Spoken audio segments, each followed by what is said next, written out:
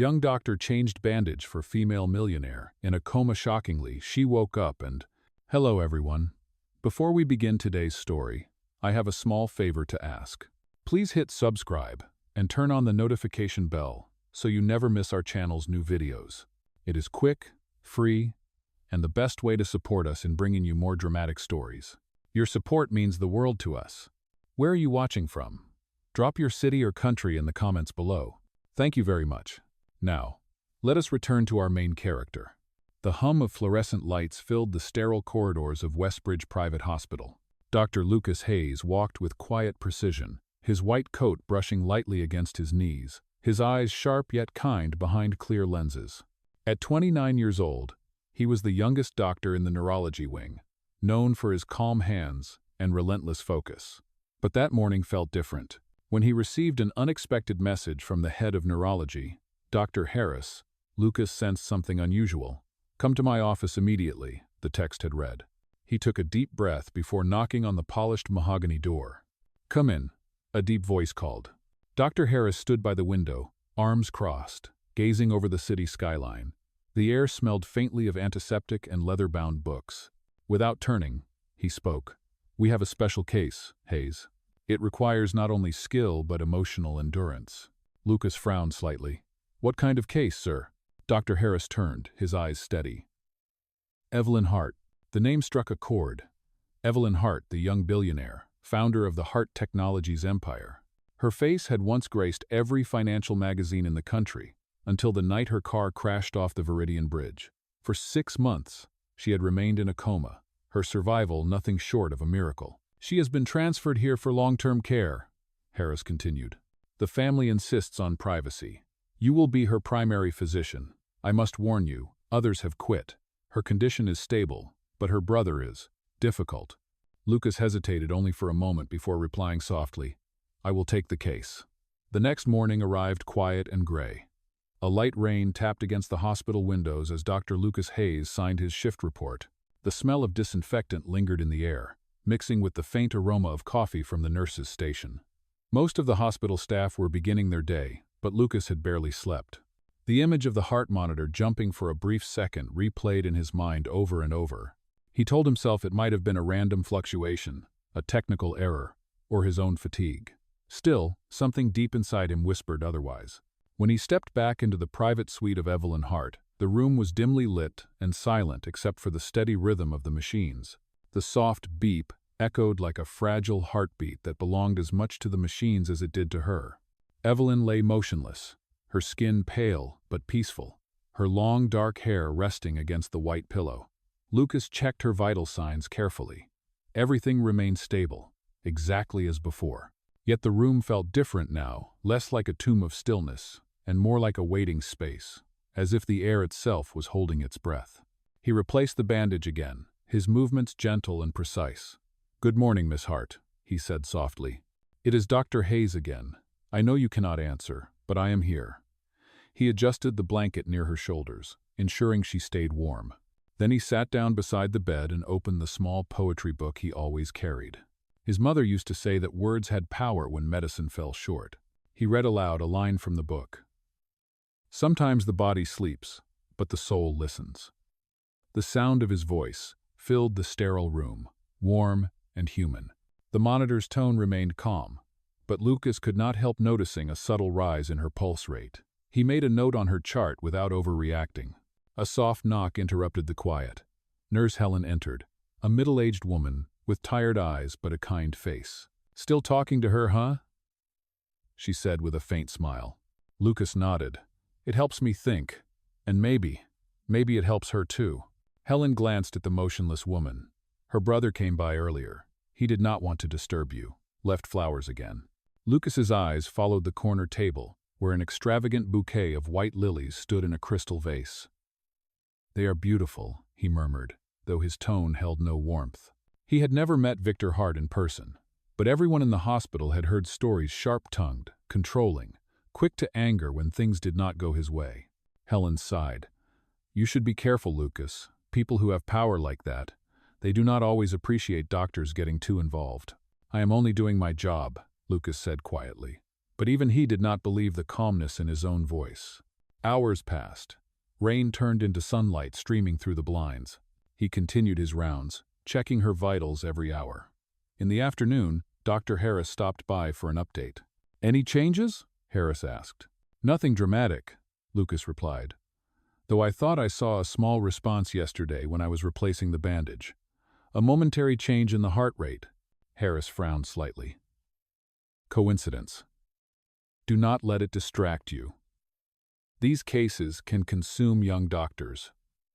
Remember, she is a patient, not a miracle." Lucas nodded respectfully, but his mind lingered. As soon as Harris left, he sat back down beside the bed. "They think I am imagining things," he said softly to Evelyn. "But if there is even a chance you can hear me, I will not stop talking." He began telling her about the outside world, the weather, the way the city smelled after rain, the news about her company continuing under interim leadership. "They still mention your name every night on television," he said. "Some people say you were too ambitious. Others say you changed everything for women in tech. I do not know which one is true, but I think you believed in what you built." His words were simple, steady, honest. He spoke not to fill silence, but to keep her tethered to the living. And somewhere between the lines of poetry and the rhythmic beep of the monitor, the sterile room began to feel alive. By evening, fatigue started to creep into his shoulders. He rubbed the back of his neck and stood. "That is enough for today," he whispered. "Rest well, Miss Hart." He turned to leave, but a faint movement caught his eye. It was small, barely noticeable, but her right hand seemed to twitch beneath the blanket. He froze, his breath halting. The monitor's tone climbed slightly, one notch higher. "Evelyn?" he whispered, stepping closer. The name felt strange on his tongue, like breaking a rule. Her fingers curled again, just a fraction, and then went still. Lucas reached for her hand, holding it lightly. Her skin was warm, her pulse steady beneath his touch. "You can hear me, cannot you?" he murmured. There was no answer, only the soft hum of machines. After a long moment, he released her hand gently and wrote in his logbook. "Second physical response noted. Possible neural activity. Will observe further before report." Night settled over the city. The lights outside shimmered against the glass, as Lucas remained seated beside her. Something in him refused to leave. It was not science that held him there, not duty or curiosity, but something deeper: hope. For years he had watched life slip away from patients whose bodies gave up the fight. But tonight, as the heart monitor whispered its steady rhythm, he believed he had heard the faintest echo of life pushing back. He leaned forward, his voice quiet but firm. "If you can hear me, keep fighting, Evelyn Hart. The world is waiting for you to wake up." The monitor kept its patient rhythm. Outside, the rain returned, tapping gently against the window, like the sound of a heartbeat searching for another. Hours later, he entered the private suite on the top floor. The room was nothing like a hospital ward. It looked more like a luxury apartment: dimmed chandeliers, silk curtains, a soft gray couch near the window. But in the center lay Evelyn Hart, pale and still, connected to a network of silent machines. Lucas approached quietly, his heart steady. The rhythmic beep of the heart monitor filled the space like a fragile melody. He adjusted the IV line, checked the chart, then reached for the fresh gauze. As he replaced the bandage on her arm, he spoke gently. "Miss Hart, my name is Lucas Hayes. I will be taking care of you from now on. You will not be alone here." The monitor gave a faint shift, one small jump in rhythm. He froze. Was it coincidence, or had she heard him? He waited, breath held, but the monitor returned to its steady pace. Still, he could not shake the feeling that something deep inside that silent body had stirred. For the first time in months, a doctor had spoken to her like she was still alive. And somewhere beneath the stillness, the woman everyone thought lost was listening. The following morning began with the same soft rhythm of machines and the quiet pulse of light filtering through the blinds. Dr. Lucas Hayes arrived early, his coffee untouched, his mind still replaying what he had seen the night before.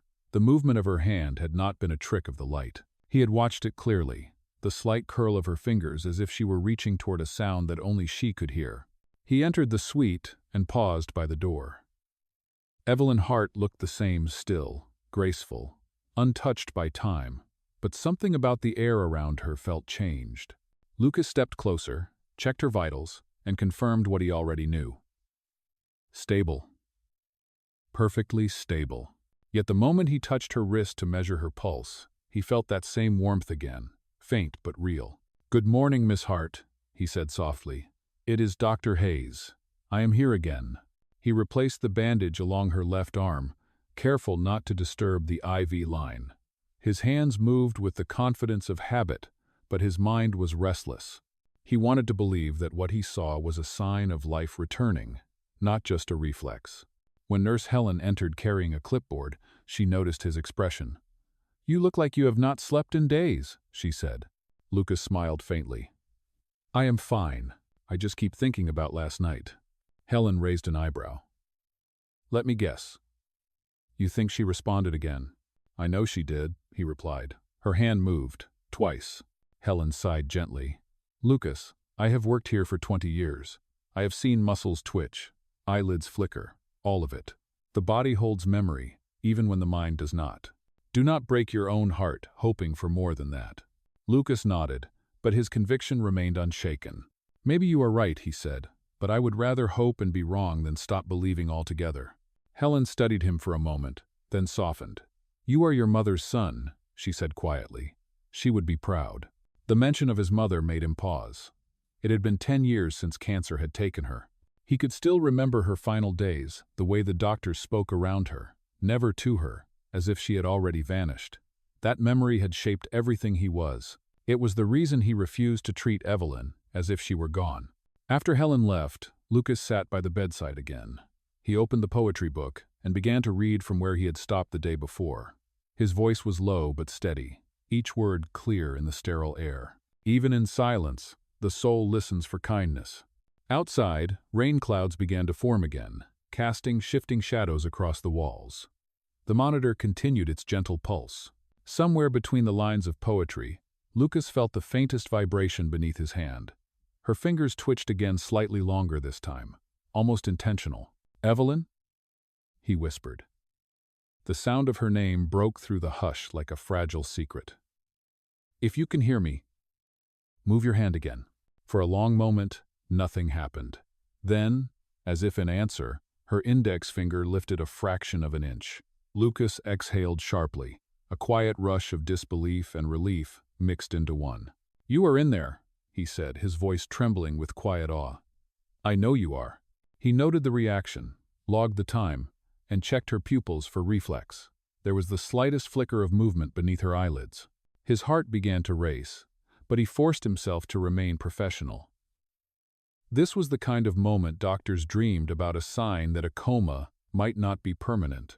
That evening, Dr. Harris stopped by for a surprise inspection.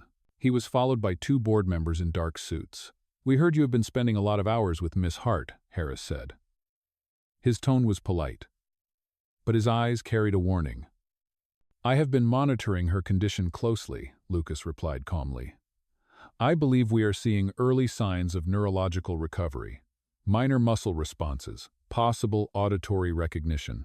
One of the board members frowned. "You are saying she is waking up?" "Not yet," Lucas said, "but I believe she is aware." "Oh," Harris crossed his arms.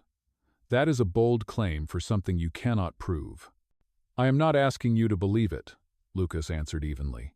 "I am asking for time. That is all she needs." The older doctor looked unconvinced but said nothing more. When they left, Lucas sat down again beside Evelyn. He could feel the pulse of determination building in his chest. He leaned closer, speaking in a calm, steady voice. "I do not know if you can understand me, but I want you to know this. You are not a story in a newspaper. You are not a photo in a magazine. You are alive, and I am not giving up on you." For the first time, the faintest sound escaped her lips, a quiet exhale, soft but deliberate. It was not speech, not yet. But it was enough to make Lucas's breath catch. He glanced at the monitor and saw the heart rate rise again, steady but stronger. He whispered, "That is it. You are fighting, Evelyn Hart. Keep going." The rest of the night blurred into quiet observation. He checked her vitals every 30 minutes, adjusting settings, keeping his notes precise. The storm outside grew heavier, thunder echoing faintly in the distance. Each rumble reminded him how fragile life was, how easily it could be lost. Near midnight, as the rain softened, Lucas stood by the window. The reflection of the heart monitor blinked faintly on the glass. He looked back at her and said, "When you wake up, I will tell you everything you missed. The world has changed while you were sleeping." Behind him, the heart monitor gave a single louder beep, then returned to normal. Lucas smiled softly, feeling an emotion he had not allowed himself in years, hope that did not hurt. He turned off the overhead light, leaving only the glow of the monitor to fill the room. Outside, dawn began to press against the horizon, and inside, a doctor kept his quiet vigil beside a woman the world had already given up on. Neither of them knew it yet, but the battle for her return had already begun. The morning light entered the private suite through the half-closed blinds, falling in long silver lines across the floor. Dr. Lucas Hayes was already there, his white coat slightly wrinkled from another sleepless night. The air was cool and quiet, carrying the faint smell of antiseptic and coffee. The hospital never really slept, but this room had a different rhythm, slow, cautious, fragile. He checked the monitors first, his eyes scanning the steady lines that marked Evelyn Hart's heartbeat and breathing. Everything looked normal, yet the calm of those numbers hid something far more extraordinary. Each day since that first twitch of her hand, her responses had grown stronger. They were small, barely visible, but undeniable. Lucas pulled up a chair beside the bed and spoke softly. "Good morning, Miss Hart. It is another day, and you are still here. That is what matters." He began his routine, checking her pupils, replacing the bandage, adjusting the IV flow. Every motion was methodical, but behind the precision lived a quiet reverence, as if he were touching the border between life and something beyond it. The nurse on duty today was Helen again. She entered with her usual calm smile. "You are here before sunrise. Do you ever go home, Dr. Hayes?" He smiled faintly. "Home feels quieter than this room. At least here, someone is listening." Helen looked at Evelyn's still face and then back at Lucas. "You really think she can hear you?" Lucas nodded slowly. "Yes. Not with her ears, maybe, but somewhere deeper." Helen placed the patient's breakfast supplement on the counter and lowered her voice. "Her brother called this morning. He wants to visit later today." He sounded impatient. Lucas's expression darkened slightly. "I have read his file. He is her only living family." Helen crossed her arms. "Family is not always the same as love, doctor. Be careful what you say around him." After she left, Lucas opened his notebook. The pages were filled with handwritten notes and observations. He had been documenting every twitch, every breath, every sign of awareness. To anyone else it might look like wishful thinking, but to him it was proof. Proof that Evelyn Hart was fighting her way back. Around noon, the elevator doors opened, and the mood of the floor shifted. Two men in tailored suits walked in first, followed by a third with sharp eyes and an expensive watch. Victor Hart. His presence filled the room before he even spoke. Lucas stood to greet him. "Good afternoon, Mr. Hart. I am Dr. Lucas Hayes, the attending physician for your sister." Oh, quote. Victor's gaze swept the room with cold precision. "So you are the one they assigned now. How many has it been? 4? 5? "I am not sure," Lucas said carefully. "But I have been caring for her for almost 2 weeks. She is showing subtle signs of neural response." Victor gave a short, humorless laugh. "Neural response? Doctor, she has been in a coma for 6 months. Do you know how many doctors have told me the same story? All of them." "Oh, I understand your frustration," Lucas replied evenly. "But I believe her condition is changing. Slowly, yes, but changing." Victor walked closer to the bed and stared down at his sister. "She looks peaceful," he said quietly. "Almost like she is pretending to sleep." Then his tone hardened. "Do not give me false hope, doctor. Just keep her comfortable. That is all I ask." Lucas hesitated. "With respect, sir, I think she deserves more than comfort. She deserves a chance." "Oh." Victor's eyes flickered with something unreadable. "A chance? You sound like a dreamer." "The world does not reward dreamers, doctor. It rewards those who know when to let go." The silence that followed was heavy. Then Victor turned away, adjusting his cufflinks. "I will return next week. Keep me updated." When he left, the room seemed lighter, as if the air itself had been holding its breath. Lucas sat down again, his thoughts tangled between anger and determination. He had seen that kind of hopelessness before, the kind that disguised itself as realism. But he refused to share it. As evening approached, he resumed his quiet ritual. He spoke to Evelyn about ordinary things, the way the rain had stopped, the sound of birds near the parking lot, a poem he had found in an old notebook. His voice carried a calm rhythm that filled the sterile air with warmth. He reached for her hand again. "If you can hear me, squeeze once for yes," he said softly, almost to himself. For a long moment, there was nothing. Then, with slow certainty, her fingers moved just a faint press, but enough to make his pulse race. He leaned forward, his voice breaking into a whisper. "You heard me, did you not? You are there." Her hand relaxed again, the monitor steady, the air humming with electricity. Lucas could hardly breathe. He wrote the observation in his log, marking the exact time and response. Later, when Nurse Helen returned, she found him still sitting by the bed, his eyes wide with quiet awe. "You look like you have seen a ghost," she said softly. He shook his head. "Not a ghost. A miracle." Helen followed his gaze to the patient and saw nothing different, but she did not argue. Instead, she placed a gentle hand on his shoulder. "Then hold on to that feeling, Dr. Hayes. It is what keeps us alive in this job." The night grew darker, and the hospital lights dimmed to a soft glow.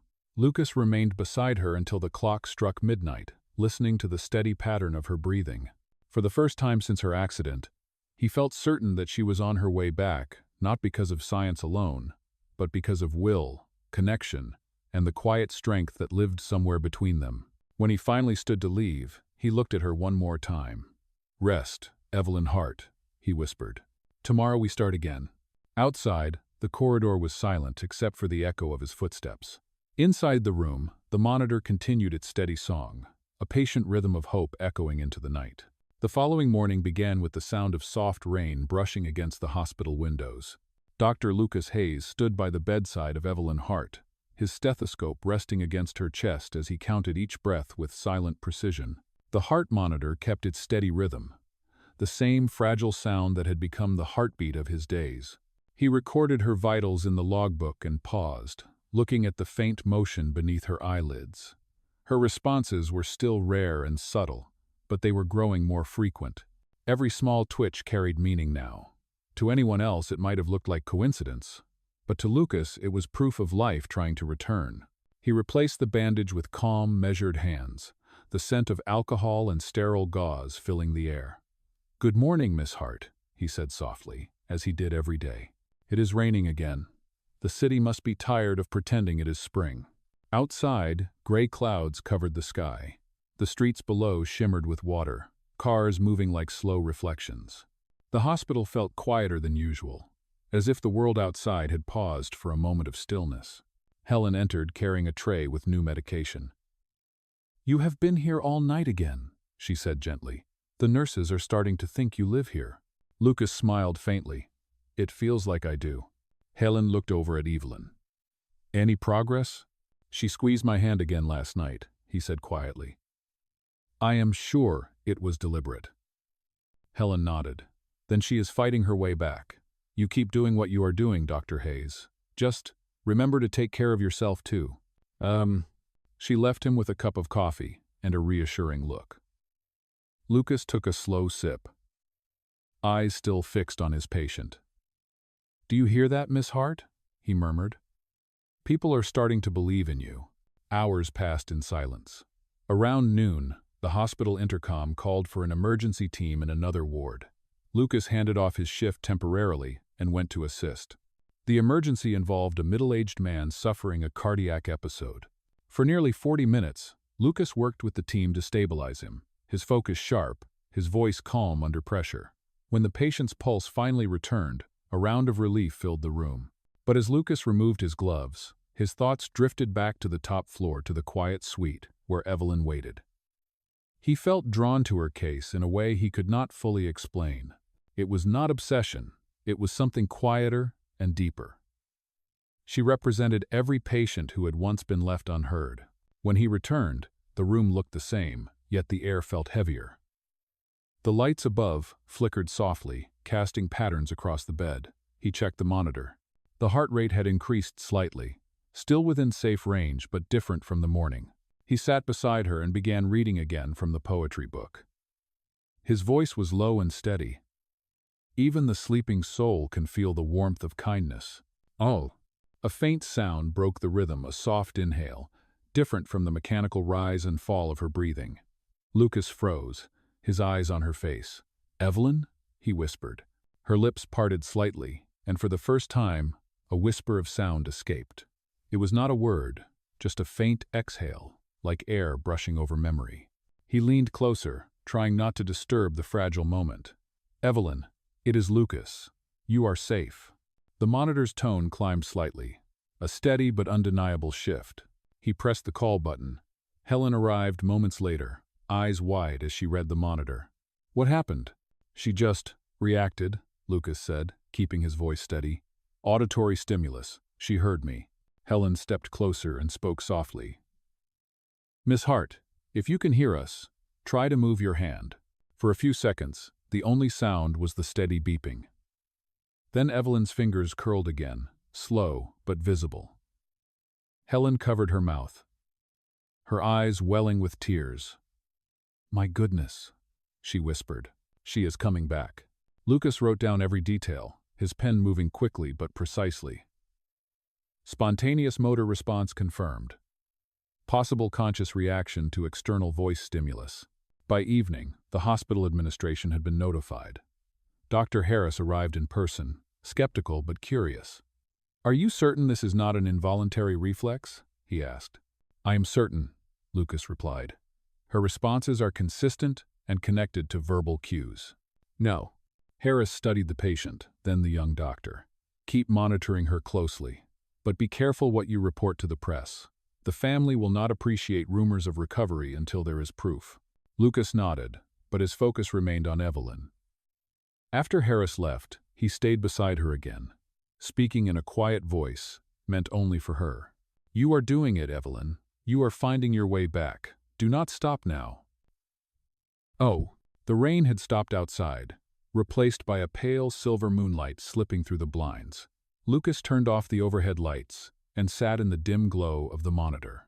He opened his logbook once more, but his writing slowed. Instead, he watched her hand, still faintly moving beneath the blanket. He thought about how impossible it must feel waking from the edge of silence, fighting through layers of darkness just to reach a single sound.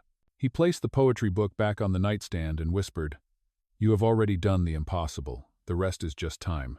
The monitor kept its rhythm, soft and steady, each tone like a heartbeat between two worlds.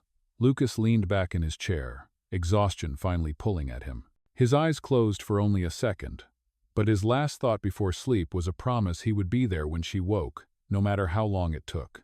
In the quiet room, the machines hummed, the rain started again outside, and the faintest motion of a woman's hand marked the beginning of her return to life.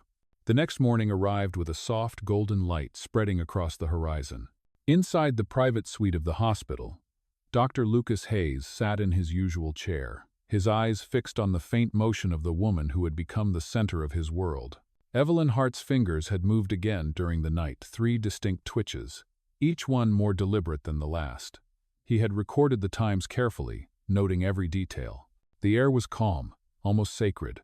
The soft hum of the heart monitor and the gentle beeping of machines formed a rhythm that Lucas had come to recognize like a second heartbeat. He adjusted her pillow, replaced the fresh bandage on her arm, and spoke quietly. "Good morning, Miss Hart. It is another day, and you are still fighting. That is a victory already." He noticed that her breathing seemed slightly deeper, her chest rising and falling with more natural rhythm. "That is it," he whispered, almost smiling. "Keep breathing like that." When Nurse Helen arrived with her morning chart, she stopped at the door, watching him for a moment. "You talk to her like she is going to answer," she said softly. "One day she will," Lucas replied without looking up. Helen smiled sadly. "If everyone had your faith, this hospital would feel less like a machine and more like a home." She checked the monitor readings, nodded approvingly, and left quietly. After she was gone, Lucas leaned back in his chair. He opened his small notebook and began to read his own notes from the past few days. Every line told a story of progress, however small. He had stopped doubting the possibility of her waking. It was no longer a question of if, but when. Hours passed. The day outside grew brighter. The sound of life in the corridors filtered faintly through the door footsteps, pages turning, the distant ring of a phone. Yet within this room, time felt slower, as if the world outside no longer mattered. Lucas's attention was fixed on every sign of change in the woman before him. Around noon, the door opened again. Dr. Harris stepped in, his posture rigid as always. "Hayes," he said curtly, "the board has seen your latest report. They think you are reading too much into this." Lucas stood straight. "With respect, sir, I am not imagining things. She is responding to sound and touch. These are early stages of neural recovery. We should consider adjusting her therapy plan." Harris crossed his arms. "You are young, Hayes. Idealistic. Hope is useful, but it is not evidence. The board will not authorize anything until we have verified data." "I am collecting data," Lucas insisted. "Consistent pulse changes, muscle reflex, eye movement. She is progressing." Harris gave a tired sigh. "Do what you must, but remember your responsibility. Families like the Harts have influence. If you push too far, they will not hesitate to remove you." When Harris left, Lucas felt the weight of his words but refused to let doubt creep in. He turned back to Evelyn and said softly, "We will prove them wrong, Miss Hart. You and I." "Who?" That evening, a new nurse entered for the night shift, a young man named Paul. Lucas briefed him on Evelyn's condition and asked him to call immediately if there were any changes. Paul nodded, half skeptical but respectful. Lucas stayed long after his shift ended. He began reading again from his mother's poetry book. His voice was calm, carrying the gentle rhythm of comfort. "Every breath you take is a promise the world has not forgotten you," he read. As he closed the book, he noticed the faintest motion. Her eyelids flickered once, then again. His pulse quickened. He leaned closer, speaking softly. "Evelyn, can you hear me?" Her fingers twitched again, and this time the movement was unmistakable. It was not random, it was purposeful. Her lips parted slightly, a whisper of air escaping. Lucas felt a rush of emotion. "That is it," he said, his voice trembling. "Keep going." The monitor began to react, showing a steady climb in activity. He pressed the intercom. "Helen, I need you in suite 312 now." Helen arrived within seconds. She looked at the screen and gasped. "She is responding again?" Lucas nodded quickly. "Look at her eyes." Evelyn's eyelids fluttered once more. It was brief, fragile, but it was real. Helen covered her mouth in disbelief. "This is happening," she whispered. Lucas spoke calmly to the patient. "Evelyn, it is Lucas. You are safe. You are in the hospital. If you can hear me, try to move your hand." The fingers of her right hand trembled, then slowly closed, forming a weak but deliberate fist. Helen whispered, "Dear God." Lucas's throat tightened. "That is perfect, Evelyn. You are doing great." They stood in silence for several seconds, watching the monitor stabilize again. Lucas took a deep breath, forcing himself to stay calm. "She is still fragile," he said quietly. "We will not push her too far tonight." Helen nodded, tears in her eyes. "I will call Dr. Harris." But Lucas shook his head. "Not yet. Let us observe her for a few hours first. I want to make sure this is steady." As the night deepened, Lucas remained beside her, documenting every sign of progress. The room felt alive now, the hum of machines blending with the quiet rhythm of his voice. He whispered updates to her like prayers, words meant not just for her mind but for her soul. Near midnight, her pulse steadied into a calm rhythm, stronger than before. Lucas placed the poetry book on the nightstand again and said softly, "You came back a little further today. Tomorrow, maybe a little more." He turned off the overhead light and sat back, exhaustion pulling at him. Outside, the rain had stopped, and through the window he could see the city lights flickering like distant stars.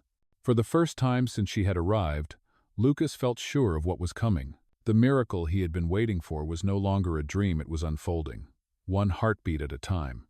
The rain had stopped by the time dawn spread across the sky. A quiet stillness filled the hospital corridors, the kind of silence that felt like it was holding its breath. Dr. Lucas Hayes sat by Evelyn Hart's bedside, the steady glow of the monitor reflecting off his tired eyes. He had not gone home again. Every night had become a vigil, every hour a small prayer disguised as science. The faint movements she had made the night before were still vivid in his mind. Her fingers had curled, her eyelids had fluttered, and for a moment he had heard the fragile sound of her breath catch in her throat. It was progress, small but extraordinary. Lucas had documented every detail carefully, down to the second. He leaned forward now, adjusting her pillow. "Good morning, Miss Hart," he said softly. "You made great progress yesterday. We are going to keep that going." "Oh."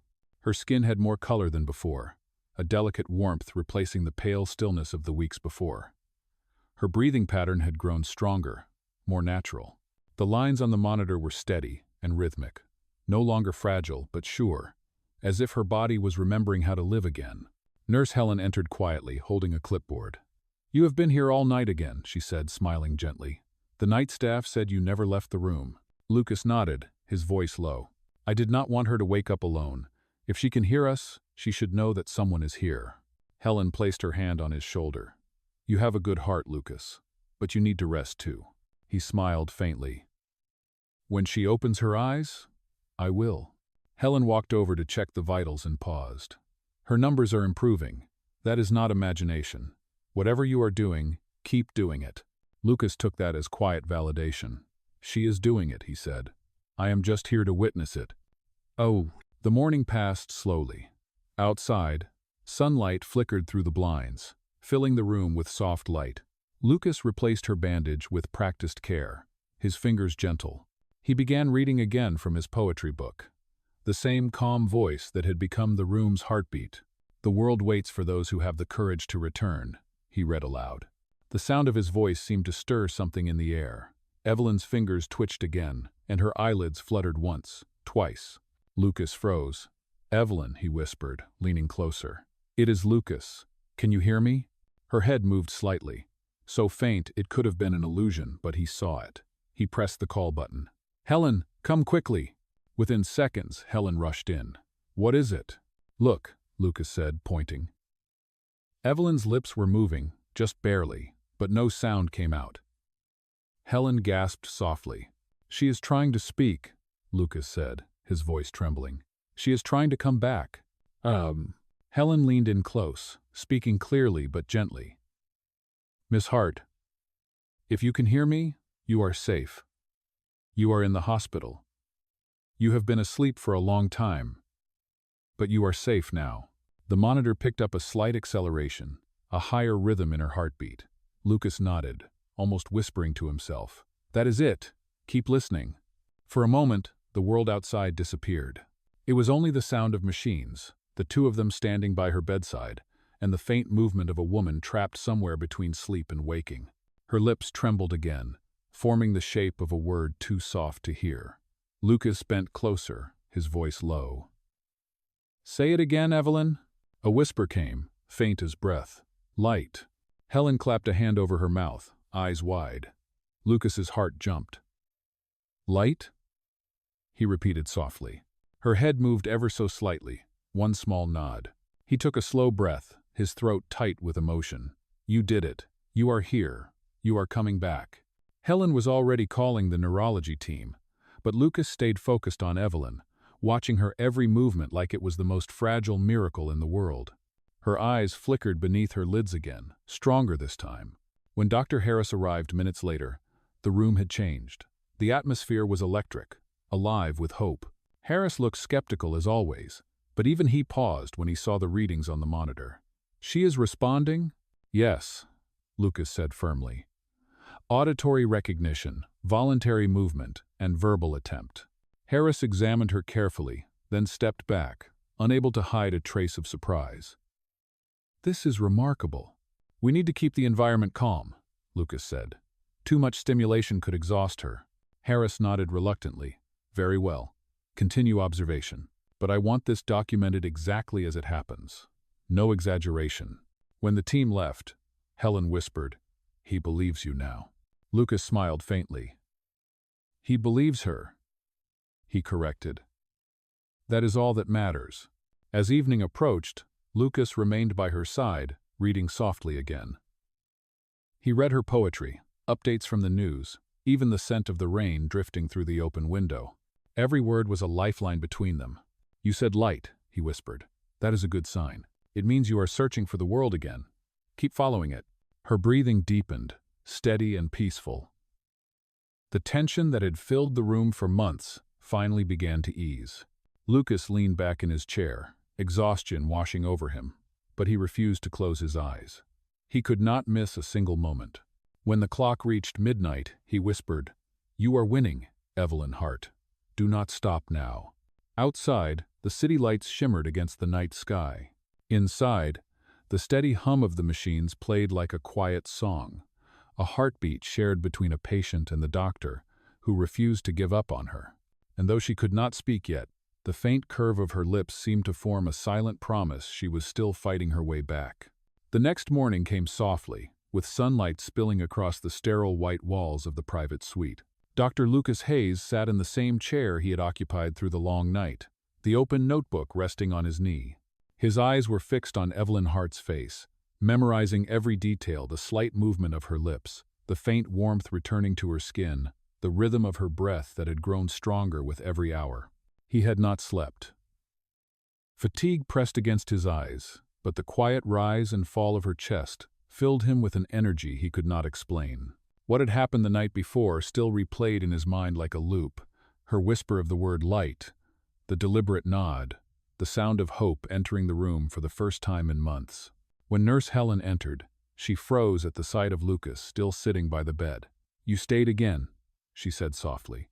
Lucas smiled faintly. "I could not leave her. She spoke last night. It was faint, but it was real." Helen's expression softened.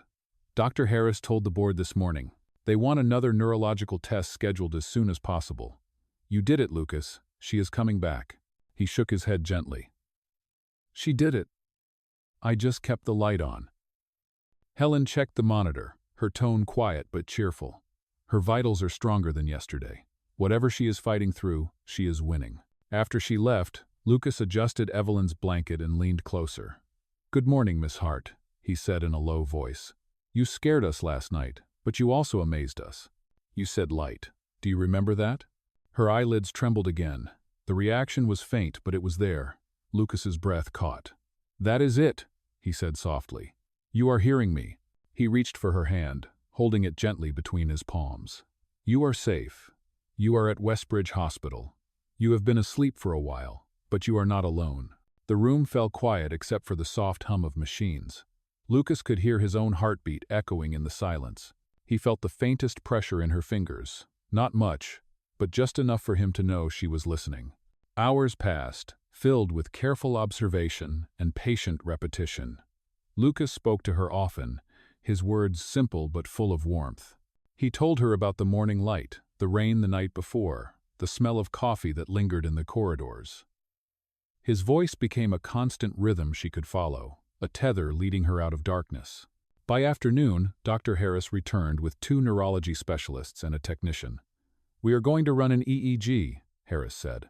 "We will measure her brain activity while you talk to her. If what you claim is true, the results will show it." Lucas nodded, stepping aside so the team could prepare. The electrodes were gently attached to Evelyn's scalp, wires running to the machine beside the bed. The quiet beeping filled the air once more. "Dr. Hayes," Harris said, "you may begin when ready." Lucas moved closer and spoke softly. "Evelyn, it is Lucas. You know this voice. Follow the sound of it." For several seconds, there was no change. Then, as his voice continued steady, calm, familiar, the lines on the EEG began to shift. The technician's eyes widened. "Dr. Harris, we have activity." Harris leaned closer to the screen. "That is higher than baseline," he murmured. "Her brain is responding to auditory input." "Agree." Lucas kept talking, his voice never shaking. "That is it, Evelyn. You are doing great. Just keep listening. Keep following the sound." The EEG continued to rise, showing consistent response patterns. The room was silent except for the steady rhythm of machines and Lucas's voice guiding her back. After several minutes, Harris gave a small nod. "You were right," he said quietly. "This is extraordinary." Lucas smiled faintly but stayed composed. "It is not over yet. She is still fighting. W.T. When the team finished, they left the room in quiet awe. Lucas remained behind, watching her face. He felt the air change, the faint shift that always came before something new. "You did it," he whispered. "They finally believe." Her eyelids fluttered again, stronger this time. Her breathing hitched for a second, then steadied. Lucas leaned forward. "Evelyn, if you can hear me, open your eyes." The pause that followed felt endless. Then, slowly, her lashes lifted, and her eyes, clouded at first by light, opened halfway. Lucas's heart stopped for a moment. He could barely breathe. "Evelyn," he said softly, his voice shaking. "It is all right. You are safe." Her gaze shifted weakly toward the sound, unfocused but aware. Her lips moved, and though her voice was faint, the word reached him clearly. "Where am I?" Lucas exhaled a breath he did not know he was holding. "You are at Westbridge Hospital. You have been in a coma, but you are safe now. You are with me." Her eyes filled with confusion, then exhaustion. She tried to speak again, but no sound came. Lucas squeezed her hand gently. "Do not push yourself. You have already done more than anyone thought possible." Helen entered just in time to see the impossible.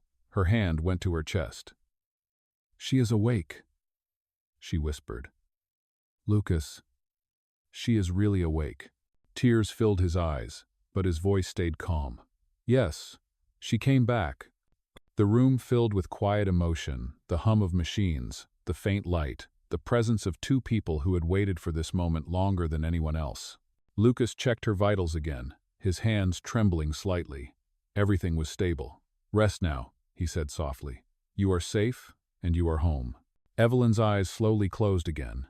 Not in sleep, but in peace. The monitor held its steady rhythm, and for the first time since the accident, the world outside the glass walls of the suite felt like it was breathing again. Lucas sat beside her, still holding her hand. "Welcome back, Evelyn Hart," he whispered. "You kept your promise. You followed the light." Outside, the morning sunlight touched the window pane, spreading gold across the room as if the world itself had been waiting for her to open her eyes. The morning after Evelyn Hart opened her eyes was unlike any other in the Westbridge Hospital. Word of her awakening had spread through the corridors faster than any memo or chart update. Nurses whispered her name with a kind of reverence, and even the most experienced doctors stopped by the top floor, pretending to check equipment just to confirm the rumor was true. Inside her private suite, the blinds were half open, letting in soft daylight that touched the room with warmth. Dr. Lucas Hayes stood by the window, sipping coffee that had long since gone cold. He had not gone home, not even after the sleepless night. His eyes were red from exhaustion, but his face carried a quiet smile, a look of disbelief mixed with gratitude. On the bed, Evelyn rested. Her eyes had opened briefly the previous day, and though her voice was faint and her body weak, she had returned to the world of the living. The machines beside her hummed with steady rhythm, no longer her lifeline but a quiet reminder of what she had survived. When Nurse Helen entered, she moved softly, as if afraid to disturb the fragile calm. "How is she?" she asked. "Stable," Lucas said. "Her vitals are strong. She has been in and out of light sleep since dawn. She tried to speak again earlier, but her throat is still weak." Helen smiled gently. "You have done something no one believed was possible." Lucas shook his head. "She did it herself. I just refused to stop believing." Helen's eyes softened. "You know the hospital board will want to make a statement soon. The press will be everywhere. You should prepare for that." Lucas exhaled slowly. "I will handle it when it comes. For now, she needs peace." He turned toward the bed and lowered his voice. "Good morning, Miss Hart," he said softly. "You have slept for a long time, but you are safe now." Evelyn's eyes opened slightly at the sound of his voice. It took her a moment to focus, her gaze drifting before settling on his face. Her voice came out rough and quiet, like a sound breaking through still water. "Dr. Hayes?" Lucas moved closer, his expression gentle. "Yes, I am right here. You are at Westbridge Hospital. You were in a coma, but you are awake now." Her brow furrowed slightly as she tried to piece together the fragments of memory. "How long?" He hesitated, then answered carefully. 6 months. "Oh." Her eyes widened, the realization sinking in slowly. 6 months. Her voice faded, thin as a whisper. Lucas nodded. You have been through something extraordinary, but you made it. You are stronger than any machine in this room. A small smile formed on her lips, weak but real. You never stopped talking, she murmured. I remember your voice. In the dark. For a moment, Lucas could not find his words. He swallowed, the emotion heavy in his throat. Then I am glad I did not stop, he said softly. You found your way back. Evelyn blinked, her eyes glistening. I heard poetry, she said quietly. You read to me. He smiled faintly. Yes, it helped me believe you could still hear. Her gaze drifted toward the window, where sunlight spilled in like liquid gold. It felt like a dream that would never end, she whispered. And now it feels like I am still dreaming. Lucas adjusted her blanket carefully. You are awake, Evelyn. The dream is over. A knock came at the door before he could continue. Dr. Harris stepped in, followed by 2 members of the neurology board. Their expressions were serious, though tinged with awe. Miss Hart, Harris said, keeping his tone formal but warm. Welcome back. You have given us all something to remember. Evelyn tried to smile but looked toward Lucas instead. He helped me, she said, her voice still fragile. Harris nodded. Dr. Hayes has done remarkable work.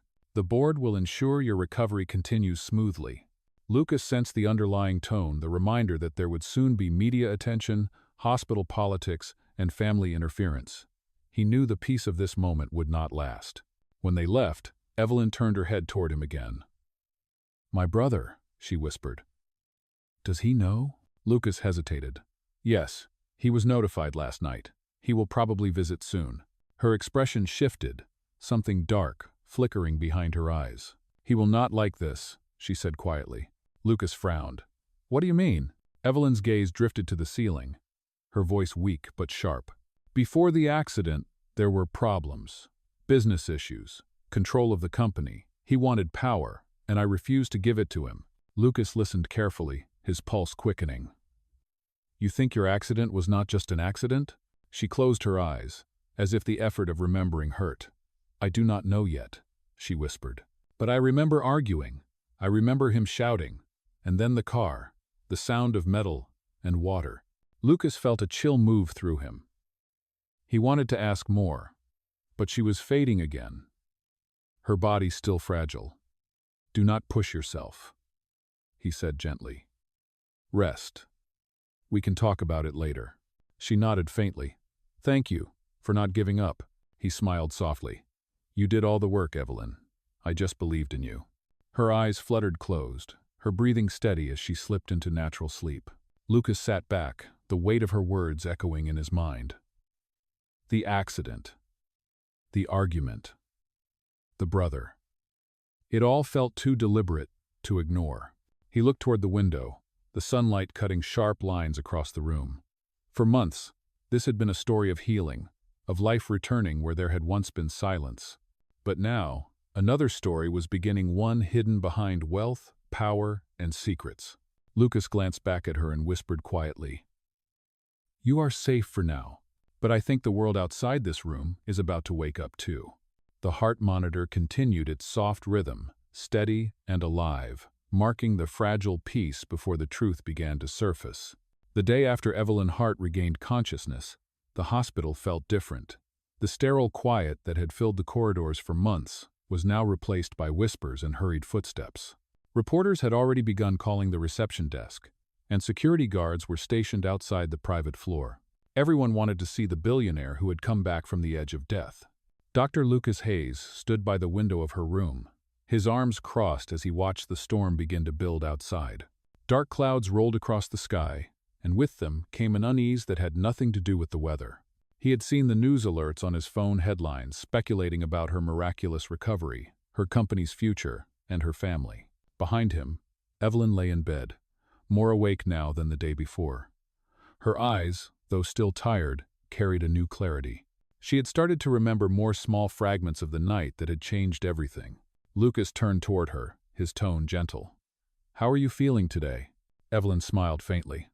Like the world is too loud, she said softly. After months of silence, even breathing feels noisy. He smiled. That is a good sign. It means you are alive. She nodded slowly, her voice growing steadier. You stayed with me the whole time, did you not? Lucas looked down, a little embarrassed. Yes, someone needed to make sure you were not alone. She studied him for a moment. Thank you, Dr. Hayes, for more than the medicine. Before he could answer, the door opened. Two men in dark suits entered first, followed by Victor Hart. His presence filled the room instantly sharp, commanding and cold. He wore a perfectly tailored suit, his expression unreadable. Lucas straightened, greeting him politely. Mr. Hart. Victor gave a curt nod. Dr. Hayes. I came as soon as I heard the news. He turned to his sister. Evelyn. Her reaction was immediate, a flicker of discomfort across her face. Hello, Victor, she said softly. He approached the bed with slow, deliberate steps. You had us all worried, he said, his tone flat. The doctors said you might never wake up. And yet, here you are. A miracle. Evelyn forced a smile, though her voice trembled slightly. It seems I am harder to get rid of than people thought. Lucas caught the edge in her words and watched Victor carefully. She needs rest, he said calmly. Please keep the visit short. Victor's eyes shifted to him, cool and assessing. Of course, I would not want to interfere with her recovery. He leaned closer to his sister. The company board will be relieved. There are matters that need your attention when you are stronger. Evelyn's hand tightened slightly around the blanket. I imagine you have been handling things in my absence. I have, Victor said smoothly. You can trust that I have made the best decisions for Hart Technologies. When you are ready, we will review everything. Lucas could feel the tension in the room. He stepped forward, keeping his tone steady but firm. Mr. Hart, this is not the time for business discussions. Your sister needs complete emotional stability to recover. Victor turned toward him with a faint smile. Of course, Doctor. You have done a remarkable job. I have heard your name mentioned more than once. Lucas met his gaze evenly. My only concern is her health. Victor nodded slightly, but his eyes held no warmth. I am sure it is. After a moment of silence, Victor turned back to Evelyn. I will come back tomorrow. Rest, sister. We have much to talk about. Though, when he left, the tension in the room eased slightly, but not completely. Evelyn exhaled, her voice shaky. He has not changed. Lucas sat beside her, lowering his voice. You seemed afraid when he came in. Is there something you want to tell me? She hesitated, staring at the door as if making sure he was gone. Before the accident, Victor and I fought over the company. He wanted to sell a division I refused to give up. That night, he insisted we meet to talk. I do not remember everything, but I know he was angry. I remember getting in the car. Then, the crash. Lucas frowned. You think he might have been involved? Her eyes filled with confusion and pain. I do not know, but every time I hear his voice, I feel the same fear I did before the accident. Something about that night does not fit. Lucas took a slow breath. Do you remember anything else? Where you met? Who was with you? She shook her head. It is like trying to grab smoke, but there was another car. I think it followed us. Lucas nodded thoughtfully. We will take this one step at a time. Your health comes first, but I promise I will help you find the truth when you are ready. She met his eyes and whispered, I believe you. The room fell into a quiet rhythm again. Outside, rain began to fall, tapping softly against the glass. Lucas checked the monitors and dimmed the lights. Try to rest, he said gently. You have already done the impossible once. Oh? Evelyn closed her eyes, her breathing steady. Lucas remained for a while longer, watching the rain streak down the window. He knew that her recovery was no longer just a medical story, it was becoming something deeper, something dangerous. The woman who had come back from the edge of death was not only healing, she was remembering. And Lucas could feel it in his bones. The closer she got to the truth, the more powerful the storm outside would become. He looked at her sleeping form and whispered quietly, You are safe now, but this time, we have to be careful. Some people do not want the truth to wake up with you. The monitor beeped softly, steady and strong, as the rain fell harder against the window. The healing had begun to turn into something else, a fight for truth, for safety, and for the second chance that neither of them had expected to find. By the next morning, the world outside the hospital had changed. News of Evelyn Hart's awakening had spread across television channels and social media. Journalists camped outside the main entrance, their cameras ready, waiting for even a glimpse of her. The story of the sleeping heiress, who had returned from a 6-month coma, had become an overnight sensation. Inside the walls of Westbridge Hospital, however, the air was anything but celebratory. The administration was on edge, nervous about the flood of attention and the rumors that had begun to circulate. Some stories spoke of miracles, others hinted at mystery. None of them told the truth. Dr. Lucas Hayes walked down the corridor toward Evelyn's room, a file tucked under his arm. He had already been called into 2 meetings that morning. The hospital board had made it clear they wanted no public statements from him, no interviews, no comments. He was to remain professional and silent. When he entered her suite, the sound of her voice broke the tension. "Dr. Hayes," she said softly, her tone still hoarse but stronger than before. "They are talking about me on every channel." Lucas set the file on the table. "Yes, I know. Try not to pay attention to it. The media will always find something to chase." Evelyn smiled faintly. "It feels strange. For 6 months, I was forgotten. Now everyone wants to know what I am thinking." He nodded. "That is what happens when the world measures a person's worth in headlines. But right now, all that matters is your recovery." Evelyn shifted slightly in bed, wincing as she adjusted her pillow. "They want to interview me. My brother said the board is demanding a press conference." Lucas frowned. "You are not ready for that. The physical strain alone could cause setbacks. And emotionally," she interrupted gently. "I know, but if I refuse, Victor will control the narrative. He will say whatever suits him." Lucas hesitated. "You do not have to face him yet.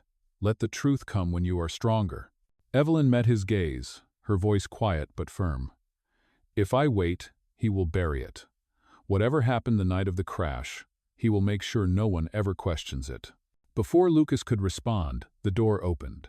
Dr. Harris entered, followed by a hospital public relations officer. The man carried a folder and a polite but rehearsed smile. "Miss Hart," he said smoothly, "we are thrilled about your recovery. The hospital has prepared an official statement for the press. It is very respectful and will protect your privacy." Evelyn studied him carefully. "And what does it say?" The man opened the folder. "It states that your accident was purely mechanical failure, that you were never in danger from anyone, and that your treatment was conducted under the finest medical care available." Lucas felt a chill at the words. "That is not what she remembers," he said quietly. The officer's smile tightened. "Dr. Hayes, this is not about memories. It is about protecting the hospital and the patient from speculation." Evelyn's tone turned cold. "It sounds more like protecting reputations than protecting truth." Dr. Harris interjected softly. "Miss Hart, please. We only want what is best for you. The media storm will pass. If you cooperate, everything will remain calm." Lucas stepped forward, his voice steady but firm. "She has the right to decide what to say. She is not property of the hospital." The public relations officer turned toward him sharply. "Dr. Hayes, your contract includes confidentiality. Do not forget that." Evelyn looked between them, her expression unreadable. Then she said quietly, "I appreciate the concern, but I will not sign anything today. I need time to think." The 2 men exchanged a quick glance, then nodded stiffly and left. The door closed behind them, leaving only the sound of the monitor beeping softly. Lucas exhaled slowly. "You handled that perfectly." Evelyn looked down at her hands. "They are all afraid of something, Dr. Hayes. But I am the one who almost died. Should I be the one afraid?" He shook his head. "You have survived what most people could not. That gives you more strength than they realize." She turned toward him, her eyes calm but resolute. "I want to remember every detail, even if it hurts." Lucas hesitated. "Are you sure? The trauma might return slowly, and it could bring confusion." Evelyn nodded. "I need the truth more than I need comfort." The determination in her voice reminded Lucas why he had fought so hard to keep her alive. "All right," he said quietly. "Then we will take this step by step. You focus on healing. I will handle the rest." Later that day, as the sun began to set, the hospital grew quieter. Lucas reviewed her latest scans in his office. The door opened, without warning Dr. Harris again, his expression tense. "Lucas," he said, closing the door behind him, "a word of advice. You are walking on dangerous ground. The Hart family has influence that could end your career." Lucas looked up calmly. "I did not become a doctor to protect the powerful. I became one to protect life." Harris sighed. "Noble words. Just be careful. Not every fight is worth losing your license for." 0. When Harris left, Lucas stared at the file on his desk. The report from the night of Evelyn's accident still contained inconsistencies, missing data, no police photos, no toxicology results. The more he read, the more it felt like a puzzle deliberately rearranged. He returned to Evelyn's room later that night. She was awake, staring out the window at the city lights. "Did you ever believe in fate?" she asked softly. Lucas smiled faintly. "I believe in choices. Fate is just what people call the result of them." Evelyn looked at him for a long moment. "Then let us choose to find the truth." He nodded. "Together." Outside, lightning flashed across the skyline, illuminating the glass walls of the hospital. Inside, the steady heartbeat of the monitor echoed like a promise. The story that had begun with survival was now shifting toward revelation, and neither of them could turn back. The morning light filtered through the tall windows of Westbridge Hospital, washing the room in soft gold. Dr. Lucas Hayes stood by the window, his hands tucked into the pockets of his white coat. He watched the sunlight stretch across the floor before turning toward Evelyn Hart, who was now sitting up in bed for the first time since she had awoken. She looked fragile but determined, her posture straight despite the weakness in her arms. Her voice, though still soft, carried new strength. "It feels strange to sit up again," she said quietly. "Like my body forgot what gravity feels like." Lucas smiled. "That is a good sign. It means your muscles are remembering. Step by step, your body is catching up with your mind." Evelyn looked at him with a faint smile. "And my mind is trying to catch up with everything else." There was a pause. The soft hum of machines filled the silence. She turned her head toward the window, her gaze distant. "When I was asleep," she began slowly, "I could hear voices sometimes. Most of them were noise. But yours was different." Lucas felt his chest tighten slightly. "You remember that?" She nodded. "You read poetry. You told me about the rain, about the city lights, about life outside this room. I think that is what kept me from letting go." He looked down, his voice low. "Then I am glad I did not stop talking." For a moment, neither of them spoke. Then Evelyn said softly, "It is strange. I woke up to find the world exactly as I left it, and yet completely different. Everyone looks at me like I am a miracle, but I feel more like a question no one wants answered." Lucas understood. "That is because the truth still makes people uncomfortable, but that is exactly why it matters." She turned back to him. "Do you really think we can find it?" He nodded. "I do. We will take it one piece at a time." Their conversation was interrupted by a gentle knock on the door. Nurse Helen entered with a tray of breakfast and her familiar warm smile. "Well, look who is sitting up," she said cheerfully. "You are making progress faster than any of us expected." Evelyn smiled faintly. "I think Dr. Hayes had something to do with that." Helen placed the tray on the table. "He has that effect on people," she said with a wink. "Now, Miss Hart, try a few bites. The doctor will not say it, but you need real food to rebuild your strength." Lucas chuckled softly. "She is right.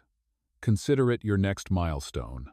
Evelyn picked up the spoon and began to eat slowly. Every motion looked deliberate, as if she were reintroducing herself to her own body. Helen stayed for a moment longer before leaving the two of them alone again. Lucas sat in the chair beside her bed. "When you are stronger," he said gently, "we can begin memory therapy. It might help you recover details from before the accident." Evelyn lowered her spoon. "I want that. I keep seeing flashes, lights, rain, the sound of tires, but nothing clear. It is like trying to remember a dream right before it fades." "Sometimes the mind protects itself by hiding what hurts," Lucas said quietly. "But when you are ready, we will face it together." She studied him for a moment, her expression thoughtful. "Why do you care so much, Dr. Hayes?" Most people would have stopped once I opened my eyes. He hesitated, choosing his words carefully. "Because I do not believe healing stops when the machines are turned off." Sometimes the hardest part of recovery begins after the body wakes up. Evelyn smiled faintly. You talk like someone who knows that from experience. Lucas looked toward the window, his eyes distant. Maybe I do. Outside, the sound of footsteps echoed faintly down the corridor, breaking the quiet between them. Then the door opened again, this time without a knock. A hospital aide entered, carrying a large envelope. Dr. Hayes, he said, handing it over. This was left at the front desk for you. No return address. Lucas took the envelope, frowning slightly. The handwriting on the front was neat but unfamiliar. He opened it carefully. Inside was a single sheet of paper. On it was a brief typed message. Stop asking questions about the night of the crash. Some things are better left buried.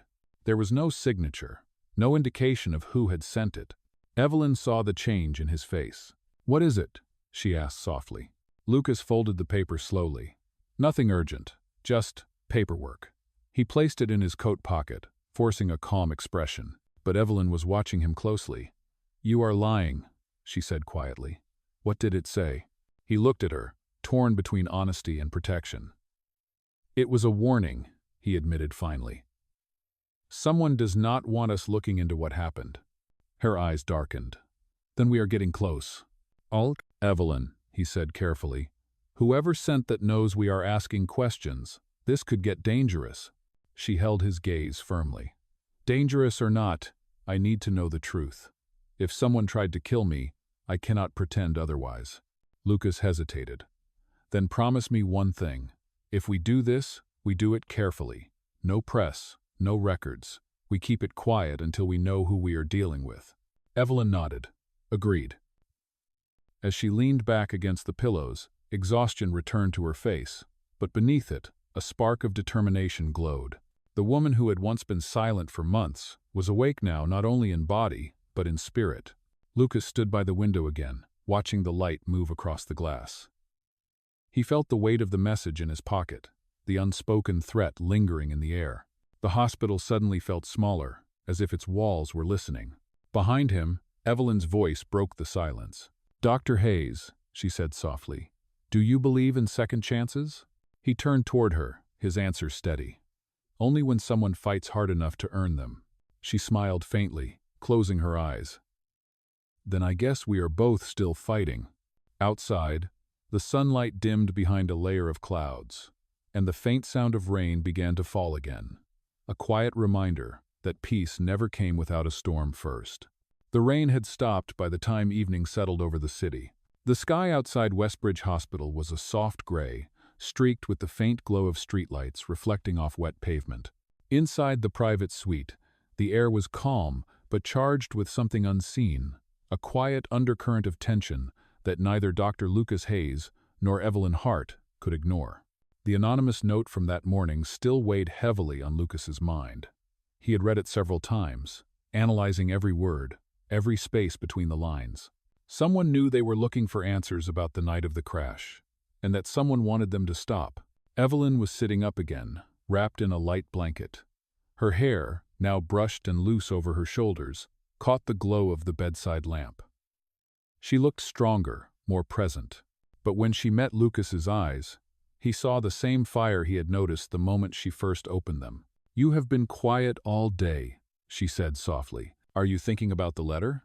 Lucas exhaled slowly. Yes.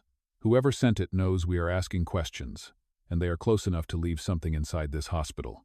Evelyn's expression hardened. Then it means what I remember is real. I was not imagining the other car. Someone wanted me gone. He nodded. That possibility is growing stronger. But I need to confirm it before we act. How? She asked. He hesitated for a moment, then reached for his notebook. I found something strange in the official report about your crash. The vehicle data from your car's black box ends 10 seconds before the collision. That is not normal. Someone erased the rest. Evelyn frowned. Could the police have missed that? Maybe, Lucas said. Or maybe they were told to stop looking. She looked away, her voice low. My brother has enough money and influence to make anything disappear. Lucas studied her carefully. Evelyn, if Victor is connected to this, you need to be certain before we confront him. False accusations could destroy you and me.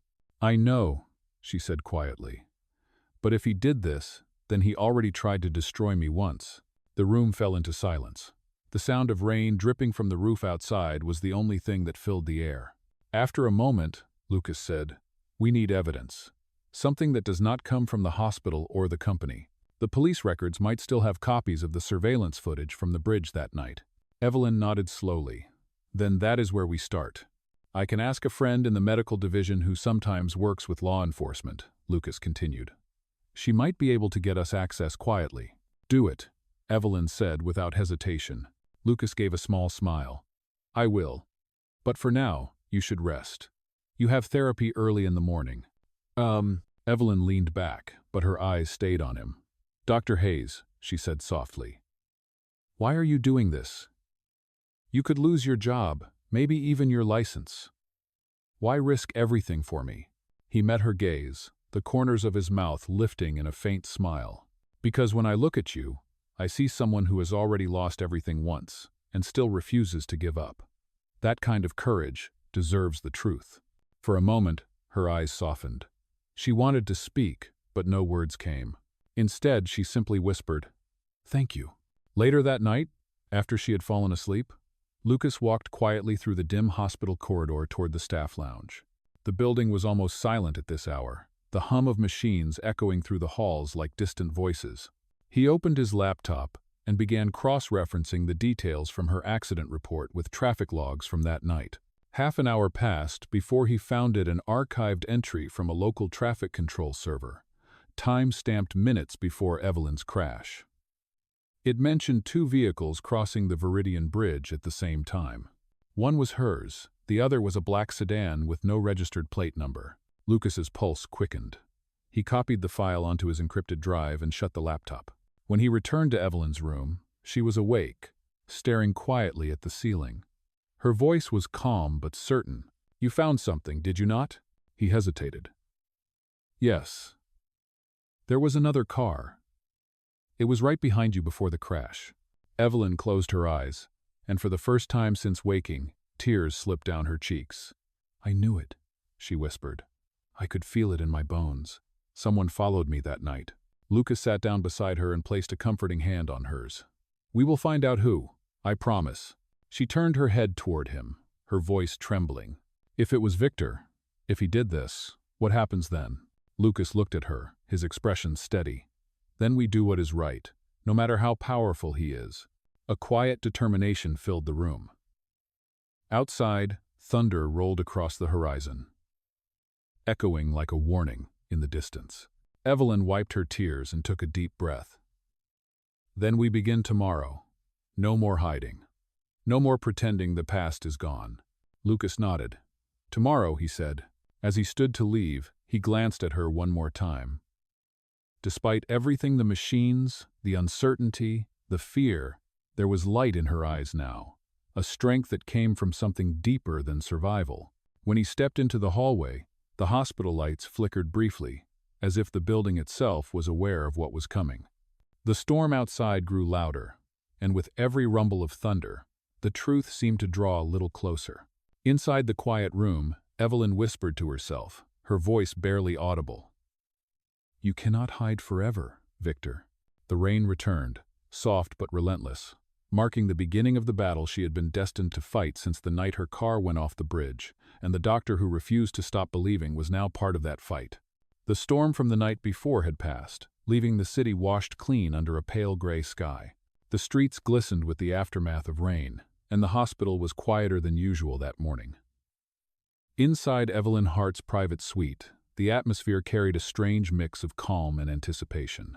She was sitting upright, her back supported by a stack of pillows, a thin shawl draped over her shoulders. Her body was still fragile, but her eyes held a strength that no machine could measure. Dr. Lucas Hayes entered the room carrying a tablet and a cup of tea. His expression was steady, but beneath the calm surface, there was tension. He had not slept much, after what he found the previous night, the proof that another car had followed Evelyn's just before the crash. "Good morning," he said quietly. Evelyn turned her head toward him. "You look like you have not slept," she said gently. He gave a small smile. "I could say the same about you." She looked toward the window, where the faint reflection of morning light shimmered on the glass. I dreamed of the bridge again, she said. I remember headlights behind me. They were too close. I could feel the road shaking beneath the tires. Lucas set the tablet down on the table beside her. That matches what I found. The second vehicle had no registered plate. It followed your car for several miles before the crash. Her expression darkened. So it was not an accident. Not based on what I have seen, he said carefully. But we still do not know who was in that car. Oh, where? Evelyn's fingers tightened around the edge of her blanket. It has to be connected to Victor. No one else had a reason. Lucas hesitated. That is one possibility, but we cannot accuse him without proof. If he is responsible, we have to find something solid. Evelyn nodded slowly, her voice calm but filled with resolve.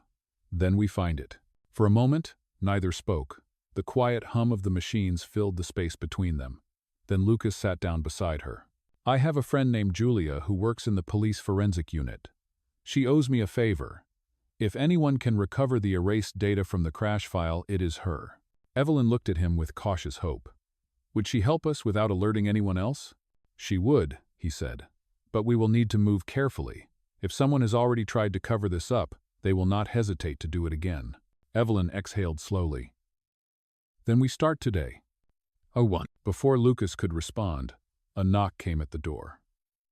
Nurse Helen stepped inside, carrying a clipboard and her usual warm smile. Good morning, both of you, she said cheerfully. How is our patient today? Evelyn returned a polite smile. Better. Stronger. That is what I like to hear, Helen said, checking the monitors. Your vitals are improving every day. You will be walking those halls again before you know it. Lucas nodded. She is making remarkable progress. Oh. Helen scribbled a few notes on her chart, then glanced up with a teasing grin.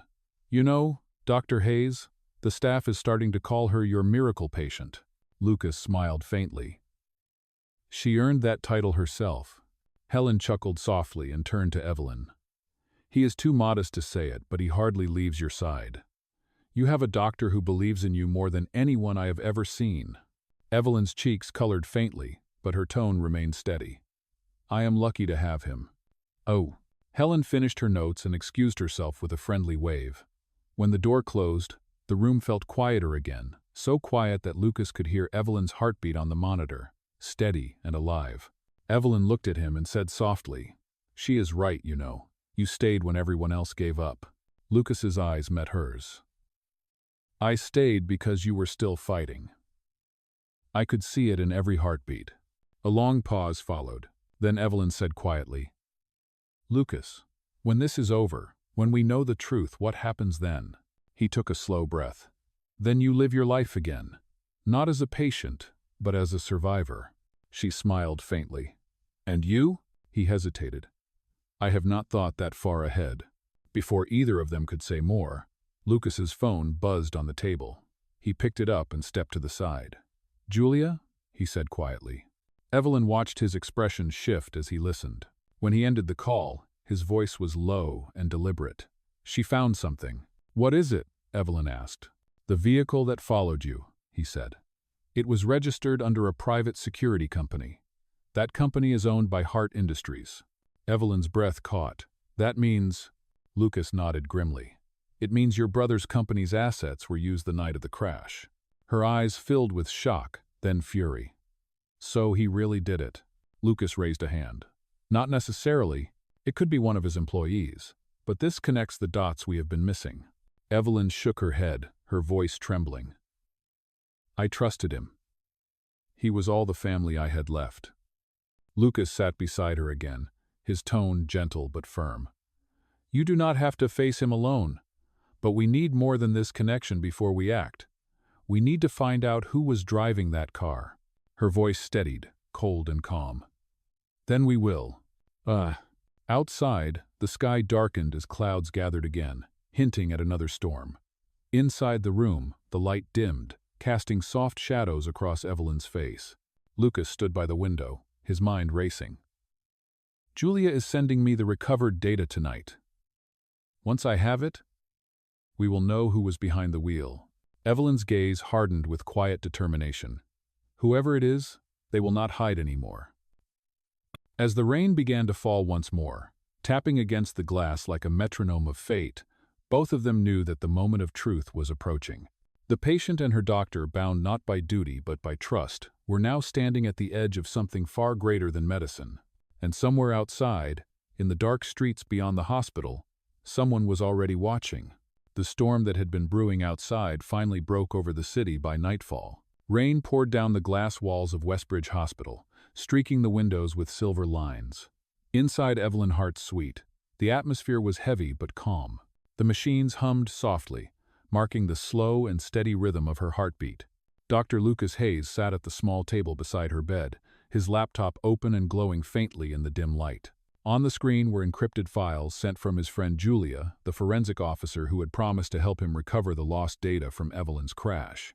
He had waited all evening for the message, and now that it was here, he felt the weight of every word that would appear next. Evelyn watched him quietly from the bed. Her voice, though soft, broke the silence. "You have been staring at that screen for 20 minutes. Is it bad news?" Lucas hesitated before answering. "Not yet, but it might be." She shifted slightly, pulling the blanket closer around her shoulders. "Then tell me anyway. I can handle the truth." He looked up, meeting her gaze. "Julia managed to restore the final 10 seconds of data from your car's black box. It confirms there was another vehicle directly behind you before impact. The speed pattern suggests it accelerated right before your car swerved off the bridge." Evelyn's breath caught. "So it was deliberate." Lucas nodded slowly. "It looks that way." For a moment, the sound of rain against the window filled the silence between them. Evelyn stared at the monitor beside her, watching her own pulse appear as a steady green line. Then she said quietly, "Did it record anything about the driver? A name? A signal?" Lucas turned the laptop around so she could see the screen. "That is where it gets complicated. The vehicle was registered to a security firm owned by Hart Industries, but the driver's ID was removed from the file. Whoever did this knew what they were doing. They erased the record completely." Evelyn's hands tightened into fists. "Then it has to be him. Victor controls everything inside that company." Lucas leaned forward, his tone calm but firm. "That is one possibility, but we cannot accuse anyone yet. We need evidence that points directly to him." She met his eyes, her voice trembling but controlled. "You do not understand, Lucas. Victor would rather destroy the company than let me take it back. He has been waiting for a reason to erase me completely." Lucas closed the laptop gently and set it aside. "Then we will find a reason he cannot ignore. Something he cannot bury or rewrite." She looked down, her voice quieter. "I do not know how I would even begin. I cannot leave this hospital yet, and he has eyes everywhere." "Oh." Lucas thought for a moment, then spoke carefully. "Julia said there might still be a backup record, an insurance report filed the same night. If Victor tried to hide the original crash data, he might have overlooked that file. I will have her search for it tomorrow." Evelyn nodded, her voice steadying. "Do it, whatever it takes." He gave a faint smile. "You are not afraid anymore." She shook her head. "I was afraid when I was asleep. I am awake now. That changes everything." "Oh." For a moment, the air between them softened. Lucas reached across the table, resting his hand over hers. "Evelyn, I know this has gone far beyond medicine, but whatever happens, you are not alone in this." Her eyes glistened, reflecting the light from the rain. "You keep saying that, and every time you do, I start to believe it a little more." He smiled gently. "Then I will keep saying it until you never doubt it again." The quiet moment was broken by the sudden vibration of Lucas's phone. He looked at the screen. It was a message from Julia. Just 2 words. "Be careful." Evelyn saw his expression shift. "What is it?" Lucas hesitated before answering. "Julia said we need to be careful. She thinks someone might already know we have the data." Evelyn's voice hardened. "You mean Victor?" "Possibly," Lucas replied. "Or someone working for him. Either way, we need to stay one step ahead." Before either of them could speak again, a loud crack of thunder shook the building. The lights flickered once, then twice. For a brief moment, the entire room plunged into darkness before the emergency power restored a dim glow. The machines kept running, but the tension in the air thickened instantly. Evelyn's voice came out in a whisper. That was not just the storm, was it? Lucas glanced toward the hallway through the small window in the door. It could be, he said, though his tone carried doubt. He walked over and looked out. The corridor was empty, but the silence felt too deep, too still. When he turned back, Evelyn was gripping the blanket tightly, her eyes wide. Lucas, I have a bad feeling. He moved closer to her, his voice low and steady. It is all right. The hospital has backup generators. You are safe here. But even as he said the words, he knew the safety of the hospital was an illusion. Whoever had sent that warning message and erased the data was capable of more than just manipulation.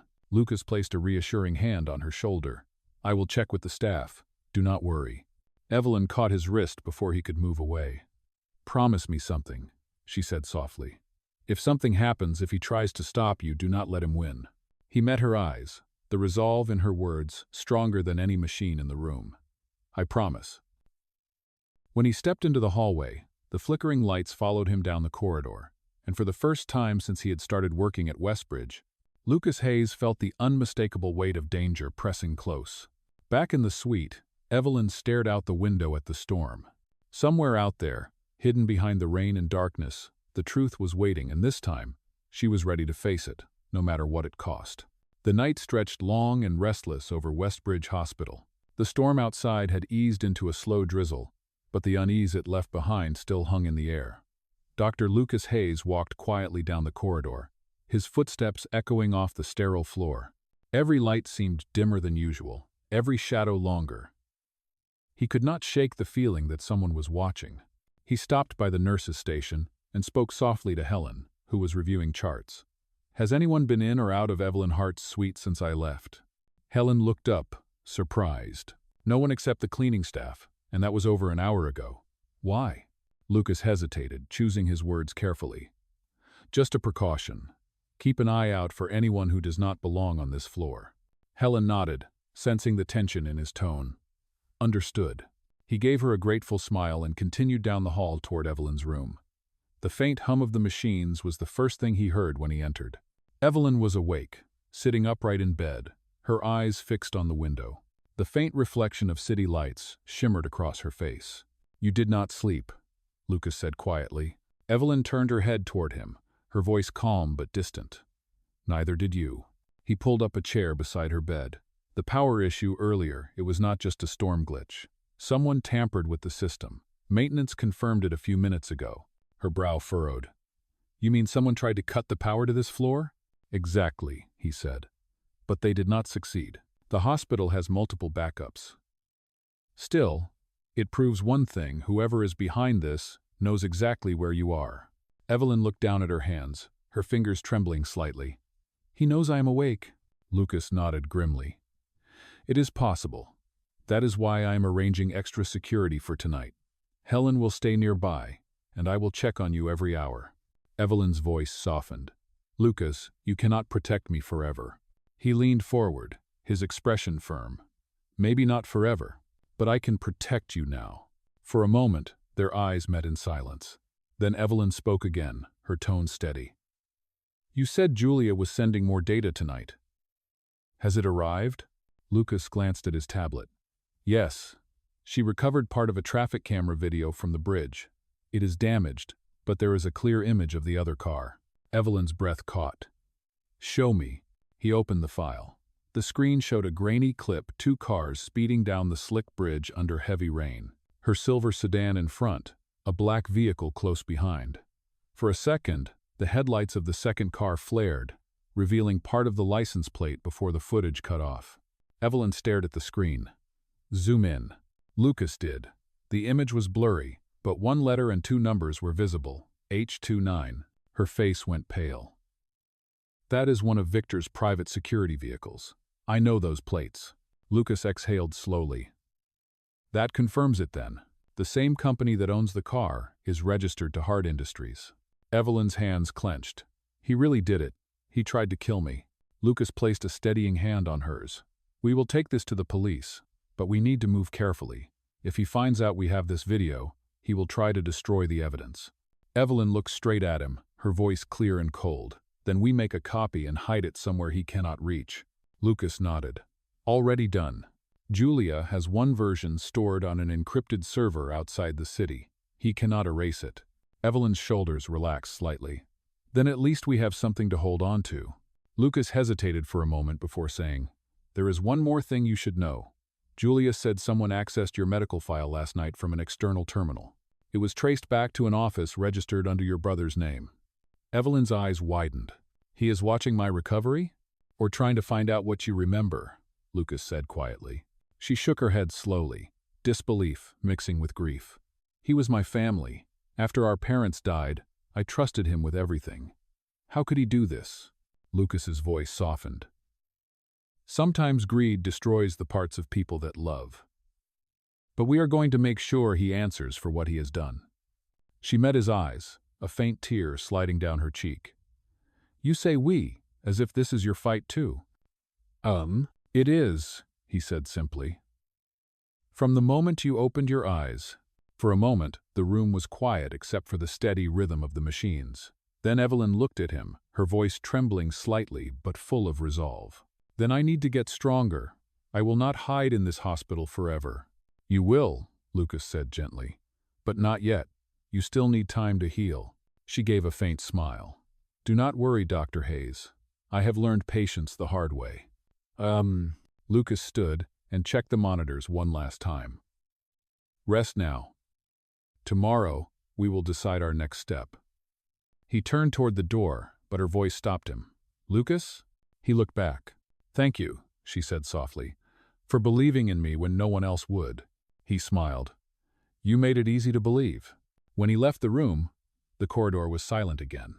But as he walked toward the nurse's station, he noticed a faint sound, a phone ringing faintly in the distance, though no one was there to answer it. At that same moment, inside Evelyn's suite, the monitor light flickered once, then stabilized. She lay back against the pillow, her thoughts racing. For the first time since waking up, the fear that had once controlled her was gone. What replaced it was resolve.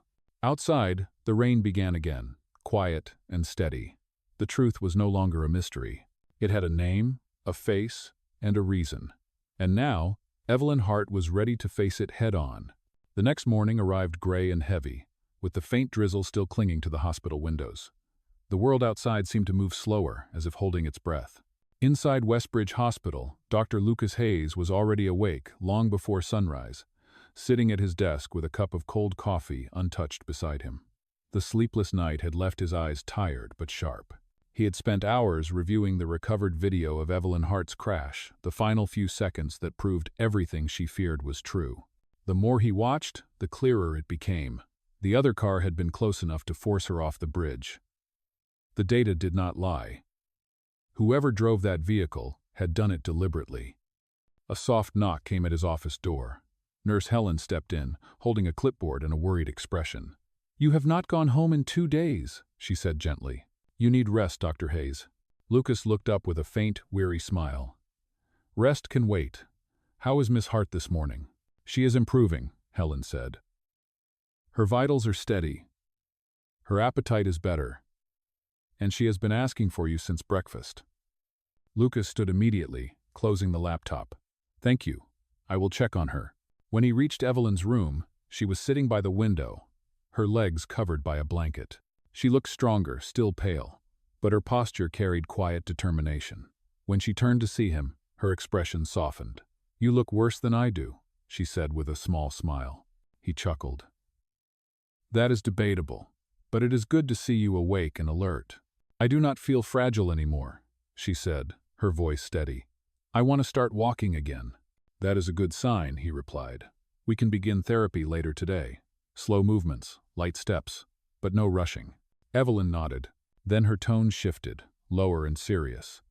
"Lucas, I cannot stay here much longer. If Victor knows I am awake, he will not wait quietly. He will come." Lucas took a breath. "I know. That is why we have to be careful. I am arranging a secure discharge plan through a private clinic.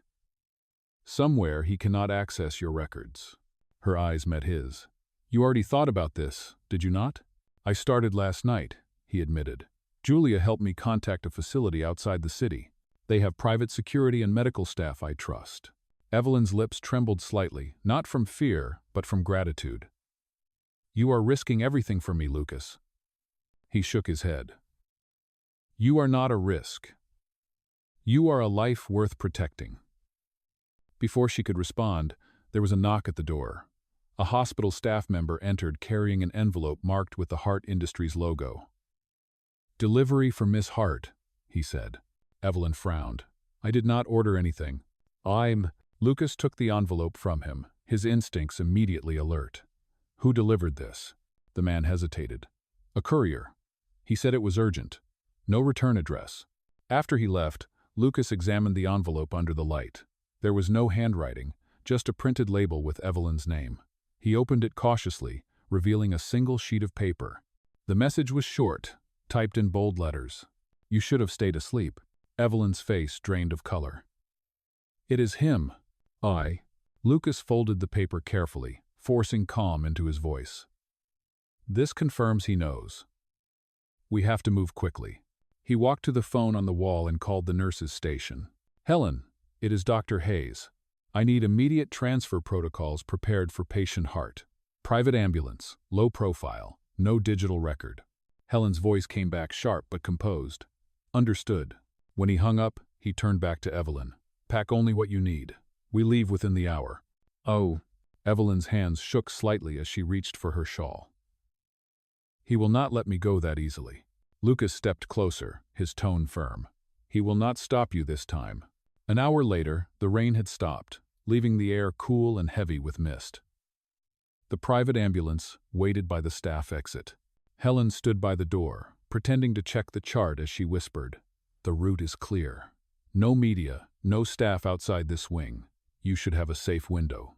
Evelyn gave her a grateful smile. "Thank you, Helen, for everything." Helen's eyes softened. "Just promise me one thing, get better and make sure the truth comes out."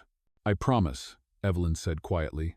Lucas helped her into the vehicle, his movements steady but cautious. Once inside, he gave the driver the location of the private clinic. The doors closed with a soft click, sealing them in quiet isolation. As the ambulance pulled away from the hospital, Evelyn leaned back against the seat, her hands folded in her lap. For the first time in months, she was leaving the building that had been both her prison and her sanctuary.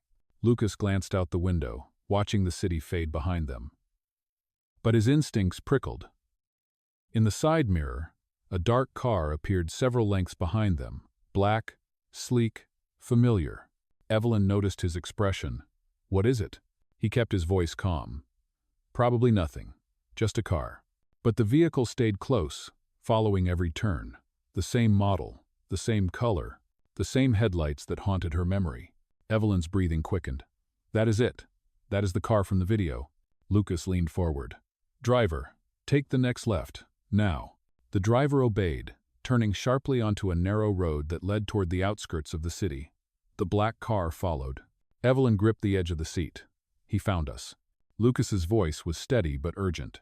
"Stay calm. Julia knows our route. If anything happens, she will alert the police." "Oh?"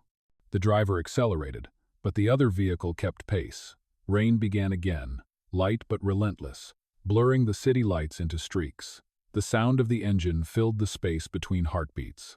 Lucas looked over at Evelyn. "Listen to me. Whatever happens next, you stay low. Do not panic." She met his gaze and nodded, her voice trembling but sure. "I trust you." The ambulance sped through the rain, headlights slicing through the mist, as the dark car behind them closed the distance. And as the city disappeared into shadow, one truth became clear. The fight for Evelyn Hart's life was no longer confined to the hospital walls. It had followed them into the night. The night had turned cold and thick with rain as the private ambulance raced through the outskirts of the city. The faint orange glow of streetlights flashed across the wet pavement, and every few seconds the wiper blades swept away the rain that refused to stop. Inside the vehicle, the atmosphere was tense. Evelyn Hart sat upright, one hand gripping the seat rail while the other clutched the thin blanket around her shoulders. Her breathing was fast, uneven, but her eyes were steady sharp with fear and awareness. Dr. Lucas Hayes sat beside her, his jaw tight, his gaze locked on the rear window. The dark car that had appeared behind them at the hospital was still there, keeping its distance but never fading from sight. The headlights reflected like two unblinking eyes in the mirror. The driver's voice came from the front. "Dr. Hayes, they have followed us through 4 turns now. Do you want me to head toward the police checkpoint?" Lucas's tone was calm but deliberate. "No, that is the first place they will expect us to go. Take the road toward the old industrial area. It is quiet at night. I can call for backup once we reach cover." Evelyn turned to him, her voice low but clear. "You think it is them? Do you not?" Lucas did not answer immediately. His eyes flicked back to the mirror, watching the car close the distance slightly.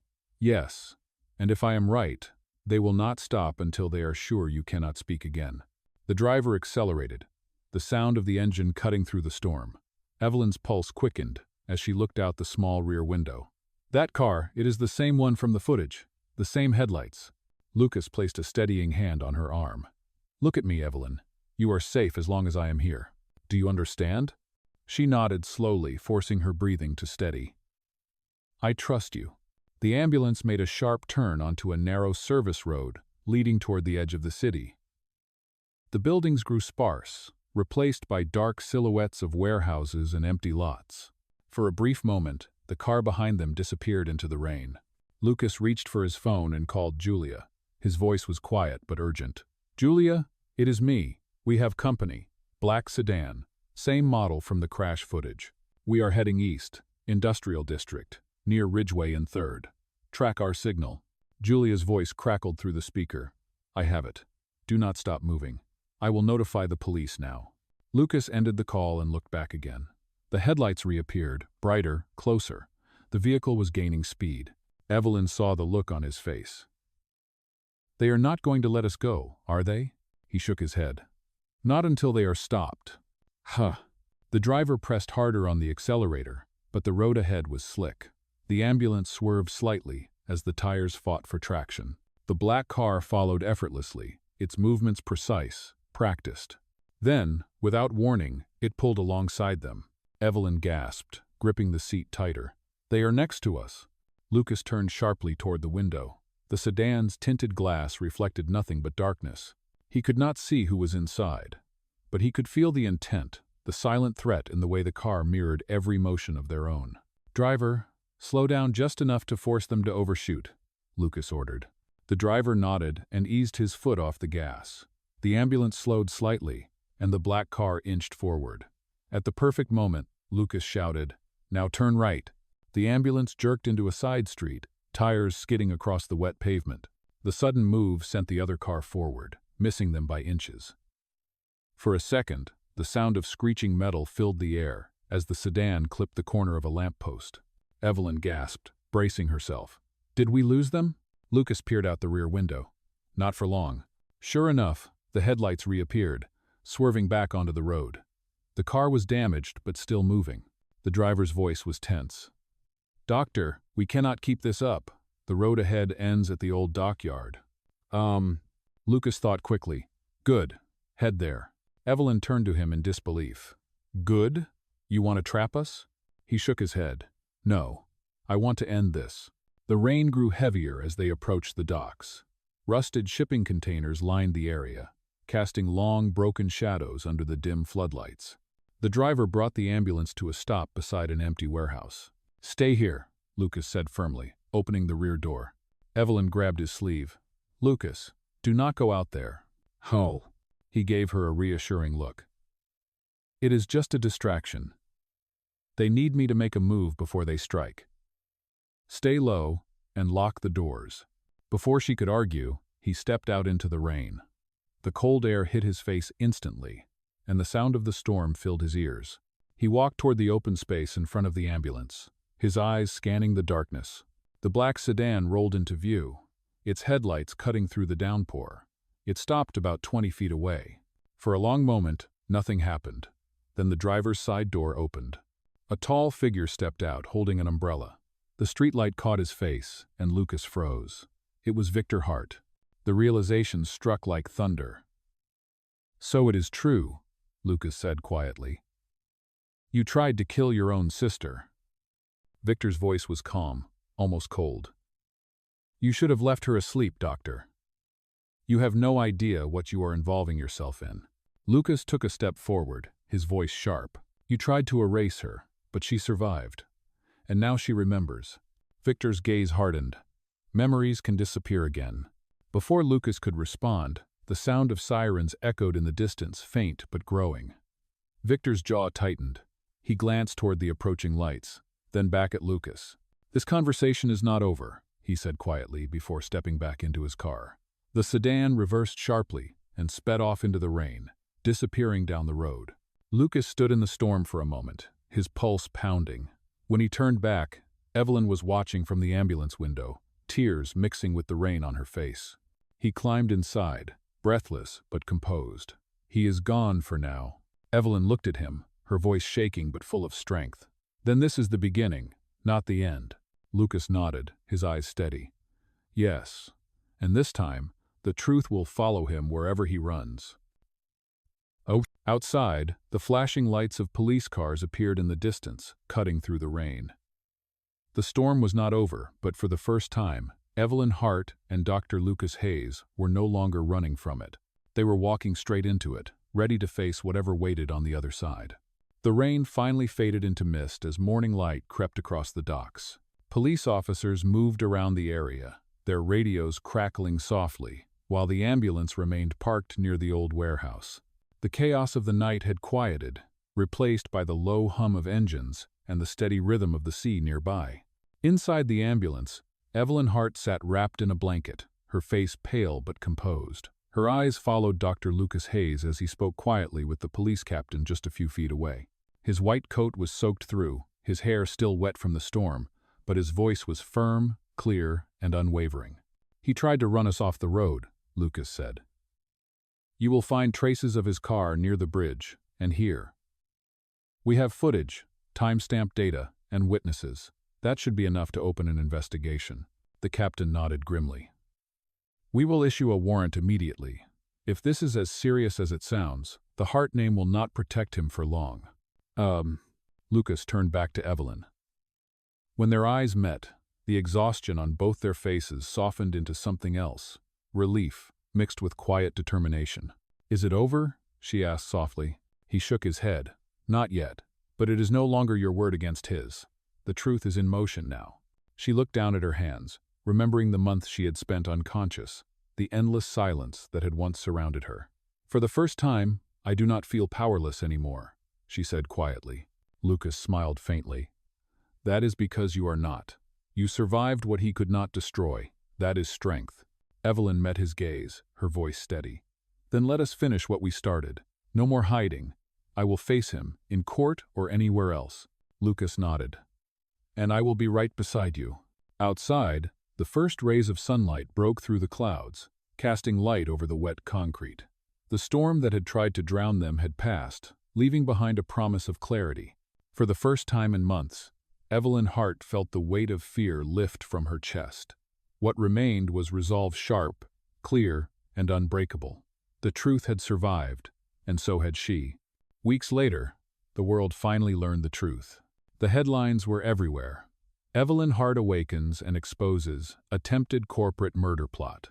The news spread across every major network, shaking the city's financial elite to its core. Victor Hart was arrested on charges of attempted homicide, fraud, and conspiracy. His empire crumbled overnight, undone by the sister he had tried to erase. Through it all, Dr. Lucas Hayes stayed by Evelyn's side. The courtroom was full the day she testified, her voice calm and steady, as she described everything she remembered from the night of the crash. The jury listened in silence. When the verdict came, there were no cheers, no applause, only a collective exhale, like justice itself had finally taken its first breath. After the trial, Evelyn returned briefly to Westbridge Hospital, not as a patient, but as a survivor.